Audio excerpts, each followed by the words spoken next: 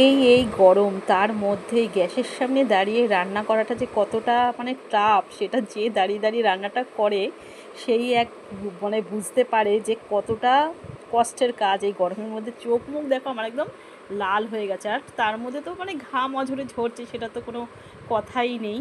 তো যাই হোক, গরম পড়ুক চাই না পড়ুক, রান্না তো করতেই হবে, এটা রোজকার প্রত্যেকেরই করতেই হবে। তো আজকে তো রবিবার, সানডে। তো আজকে করেছি অনেক দিন বাদে তেল পটকাই দেখো। আর বেগুন দিইনি, কারণ বেগুন মানে এমনিতেই বেগুনে একটু অ্যালার্জি আছে সবারই কম বেশি। তো সে কারণে বেগুনটা এখন আমরা একটু কমই খাচ্ছি। আর এখানে করেছি আমড়া দিয়ে টক ডাল, আর ডালের সাথে খাওয়ার জন্য করেছি কিন্তু মাছ ভাজা। আর এখানে করেছি রুই মাছ, সাথে রয়েছে আর মাছ, অনেক কিছুই রয়েছে, পাতলা করে ঝোল করেছি। আর এখানে রয়েছে আগের দিনের একটু পটল চিংড়ি। আর এদিকে কিন্তু শাশুড়িও ভাত খাচ্ছে, ওনাকে খেতে দিয়েছি অনেকক্ষণ আগেই আমি। আর এখানে হচ্ছে মাটন, এটা কিন্তু এখন হয়েই গেছে, একটু বাকি ছিল। তো সে কারণে ভাবলাম শাশুড়ি তো টাইম হয়েই গেছে, উনি তো আর মাংস খায় না, তাই সে কারণে ওনাকে আগেই খেতে দিয়ে দিয়েছি। আর আমাদের ঘরে তো সেরকমভাবে ঝোল